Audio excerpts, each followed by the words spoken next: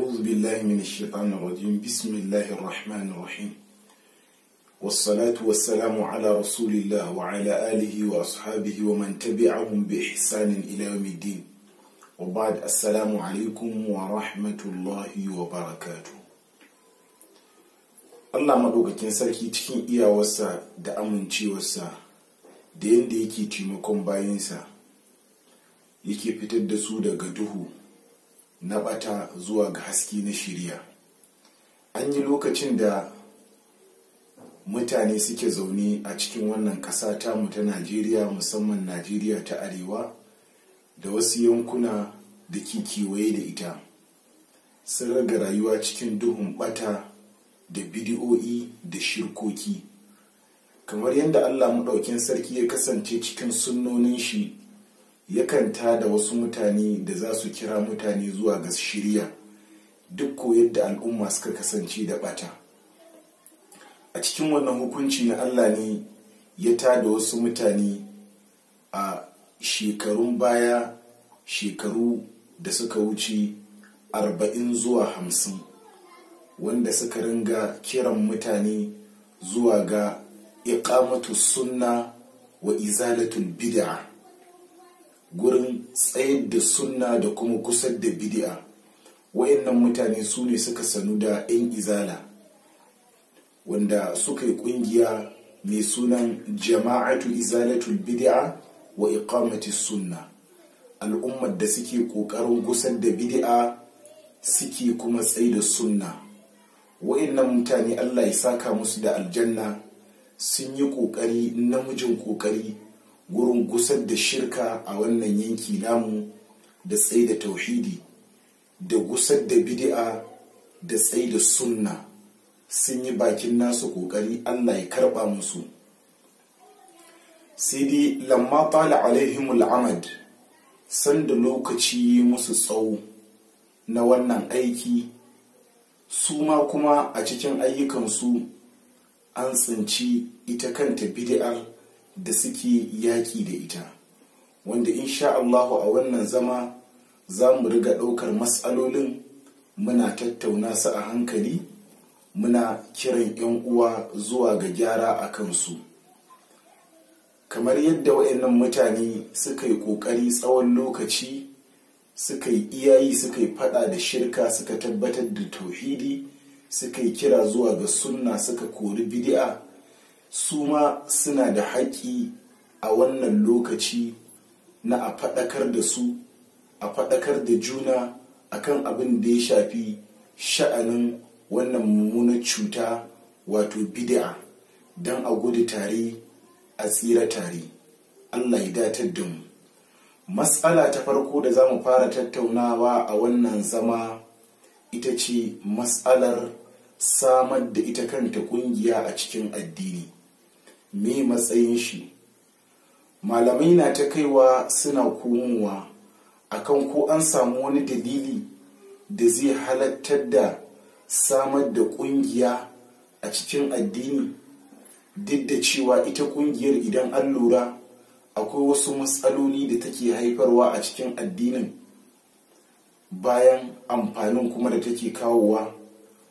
To ka kalli amfanin da take kawowa, ka kalli duka sharrukan da take ɗauke da su. Abu mafi sauƙi da za ka ɗauka ya zama ma mai sauƙi shine ka samar da dalili na shari'a wanda ya samar da halaccin yinta. Kafin nan, me amfanin wannan kungiya? Wannan kungiya ta yi amfani, namijin amfani, kamar yadda na faɗa a baya cewa ta kira mutane zuwa ga tauhidi da gusar da shirka, wanda shine wannan primary assignment na annabawa. Sannan ta yi ƙoƙari gurin gusar da bid'a da tsaye da sunna, ta yadda mutane da yawa suka, Allah madaukin sarki ya cece su ta hanyar wannan kungiya, suka bar aikata bid'a, suka tsaye akan sunna. Waɗanda ba su bari ba kuma suka mutu suka bar duniya, a cikin 'ya'yansu Allah maɗaukakin sarki ya tada waɗanda za su yi sunna kuma suke yin ta har yanzu. Sai dai malamai sun kai sun komo akan cewa har yanzu ana da wani gamsasshen dalili wanda zai samar da dalili na yin kungiya a cikin addini, wanda bil haƙiƙa jama'a shine ya zuwa yanzu ba a samu dalili da ya gamsar da al'umma 100% cewa wannan abu na yin kungiya a cikin addini ya halasta ba, lura da irin illoli da ita kungiya take kuma haifarwa a cikin addini, wanda yana daga ciki mummuna a ciki shine rabuwar kai, wanda su kansu ahlus sunnan nan da suka ringa kira zuwa ga addini, zuwa ga tsaida tauhidi da gusar da shirka da tsaida sunna da gusar da bid'a, sun tsinci kansu a hali na rarrabuwar kai, ta yadda suka koma wayancin 'yan bid'an da suke yaƙa da mushirkancin da suke yaƙa, sai suna yi wa junansu yaƙi wanda bai gaza irin yaƙin da suke da mushirkai ba, da irin yaƙin da suke da 'yan bid'a ba, wanda ya haifar da wannan mummunan matsala a cikin tafiyar addini, wanda aka wayi gari juna suna jifan juna da abubuwan da suka ringa jifan 'yan bid'an can da shi, suka koma ba su cin yankan juna, ba su bin juna sallah, ba su auren ma da 'yan uwansu, bayan a cikin ƙasar su kaɗai ne ta tabbata 'yan uwa na gaske. Duk wani haɗin kai da za a yi ƙarya ne in ba irin nasu ba, don su biyun su kaɗai ne suke akan sunna, wannan rarrabuwa ta waɗannan mutane. Don haka wannan zaman wannan ƙungiya a haka ya haifar da wannan mummunan rabuwar kai, wanda haɗuwar kan musulmi wajibi ne a cikin al'umma. Sannan na biyu, samar da jin cewa ita izala ɗin wata firka ce cikin firak na addini. Don haka masu tasowa wani kan ji cewa shi a matsayin shi na ɗan izala wani yanki ne, wani firka ne daga cikin firak na addini, wanda ba haka ba ne. Sunna ita ce asali, wannan kiran da izalan nan suka rage akan tsaye da sunna, wannan sunna ita ce asali, ita ce annabi Muhammad sallallahu alaihi wasallam ya rayu a kai da sahabbansa suka rayu a kai, kuma wanda suka bi bayansu da irin tsarinsu har zuwa yau akan wannan tafarki suke.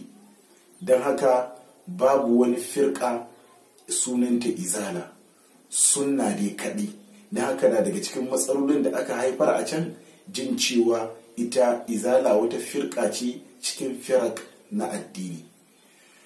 Sannan jama'a, abu na gaba shine, na daga ciki malamai musamman daga ɓarayin wannan ƙungiya ta izala sun ringa ƙoƙarin cewa su samar da wata aya wadda za ta su ɗauki wata aya wadda fassarar ta za ta ba su hujja na yin ƙungiya a cikin addini. Wannan aya ko ita ce faɗin Allah maɗaukin sarki, wal takum minkum ummatun yad'una ila alkhairi wa ya'muruna bil ma'rufi wa yanhauna 'anil munkar. Allah maɗaukin sarki ce a samu daga cikin ku wata al'umma ta ringa umarni da kyakkyawa kuma tana hani da mummuna. Lura da aikin wannan kungiya shine umarni da kyakkyawa da kuma hani da mummuna, sai suke ganin cewa wannan kalmar umma din ta zama representative to kalmar kungiya. Har akwai malamin da naga yana cewa idan ka duba a kamus na Hausa, kalmar umma babu wata ma'ana da za ta baka in ba kungiya ba. A lokacin sai ne wani tunani na ce, yanzu littafin Allah da kamus na Hausa ne za a fassara shi? Bayan an yi lokacin da a ƙasar nan, lokacin da ake aikin rushe bid'a, ake fatattakarta, an samu malamin bid'a da ya ɗauki aya alƙur'ani yake cewa faɗin Allah maɗaukakin sarki, qul bi fadlillahi wa rahmatihi wa lidhalika falyafrahu huwa khairun mimma yajma'un, yace wannan ayar hujja ce akan ayi maulidi. Aka samu malaman sunna a wannan lokaci suka yi mai diran mikiya. Na daga ciki akwai shi mai yin hujja da wannan maganar ta wal takum minkum ummatun, ya ɗauko tafsirai su ibn kafir su qurtubi, ya hau kan mumbari ya takare wannan tsoho da ya kawo wannan hujja ta qul bi fadlillahi, yace yazo sai ya nuna musu a cikin inda tafsirai magabata suka nuna cewa walidhalika falyafrahu huwa khairun mimma yajma'un shine ma'anar ai maulidi. kun ga a wannan lokacin ahlus sunna ba su yadda kenan a fassara wata aya ba sai da fassaran magabata. To sai ga shi yanzu kuma su suna fassara ta da kamus ɗin Hausa, wanda wannan tabbas mummunan koma baya ne a cikin addini. Na haka jama'a, asali samar da ƙungiya a cikin addini ya zuwa yanzu ba a iya proving hujja gamsasshiya ta yin ƙungiya a cikin addini ba. Abin da zai fi ma al'ummar musulmi alkhairi shine al'ummar musulmi su haɗu, su dunkule, su fita batun ƙungiyanci, su fita batun wani structure, wane ne shugaban majalisar malamai sai ya sauka wane ya hau, wanda wannan ɗin shine yake haifar ma da mutane rarrabuwar kai, kuma shi ya haifar. Jama'a su dunkule kawai su bi littafin Allah shi kadai da hadithan manzon Allah sallallahu alaihi wasallama ingantattu akan fahimtar magabata.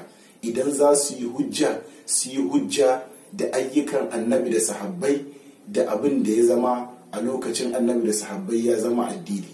Imamu Zanjani yana cewa wa ma lam yakun fi asrihim muta'arafan, duk abin da ba a san shi lokacin sahabbai ba, wa ja'a bihi man ba'dahum, wani daga cikin su ya zo da shi bayan su sahabbai sun kare, rudda an mayar mai, bal zujir, amma guji wannan abu, ya zama abun gudu.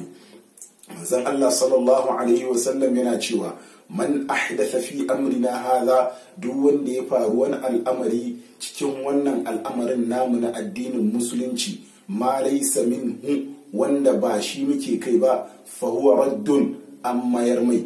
Wata riwayar man amila amalan laysa alaihi amruna, duk wanda ya aikata wani aiki akan wannan aikin babu umarninmu, fa huwa raddun, an mayar mushi. Don haka ahlus sunna abinda aka san su asali shine yin abin da yake da hujja ta Qur'ani ko kuma hadisi ko kuma aikin magabata. Ya kamata a aje duk wani aiki wanda bai samu rijista a cikin wannan ba. Wannan shine asalin abin da aka yi kira sunna, kuma shine asali ahlus sunna suke kira akai, kuma a shekarun baya ma shine asalin abin da izalar take kira akai. Don haka mu yi haƙuri, mu aje son zuciya, mu bi Allah, mu bi manzon Allah sallallahu alaihi wasallam. Ta hanyar haka ne kadai za mu samu rabauta. Wannan shine makta na farko, mas'ala ta farko da muka tattauna akan wannan. Insha Allahu a shiri na gaba za mu ɗauko wata mas'ala kuma wadda mu ahlus sunna ko kuma in izala ake gani cewa suna kai, wanda bai tabbata a sunna ba. Masail din suna nan birjik. Abin da muka faɗa daidai Allah ka ba mu lada, wanda muka yi kuskure ya Allah ya fi mana. Fasubhanaka Allahumma wa bihamdi ashhadu an la ilaha illa anta astaghfiruka wa atubu ilayk.